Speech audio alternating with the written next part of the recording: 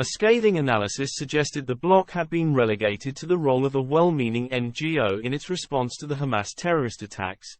Ursula von der Leyen has been warned the European Union is essentially irrelevant on the world stage, with the Hamas attack on Israel underlining the fact that nobody cares what Europe thinks.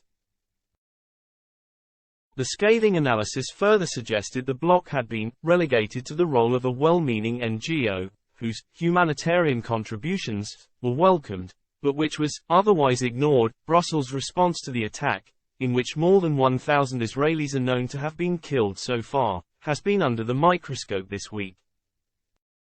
Confusion reigned earlier this week after European Commissioner Oliver Várhelyi unilaterally announced funding to Palestine was being cut off, only for the European Commission, of which Ms von der Leyen is president, issuing a statement denying this afterwards.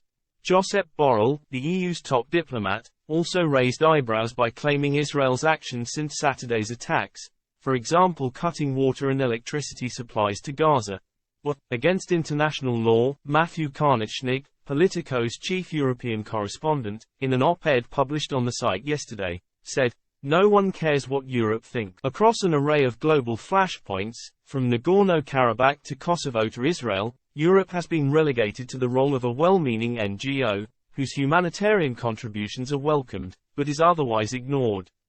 Given its very nature, made up of 27 individual member states, the bloc had always struggled to articulate a coherent foreign policy, Mr. Karnitschnig pointed out. He continued, instead of the geopolitical powerhouse Commission President Ursula von der Leyen promised when she took office in 2019, the EU has devolved into a pan-European minnow, offering a degree of bemusement to the real players at the top table, while mostly just embarrassing itself amid its cacophony of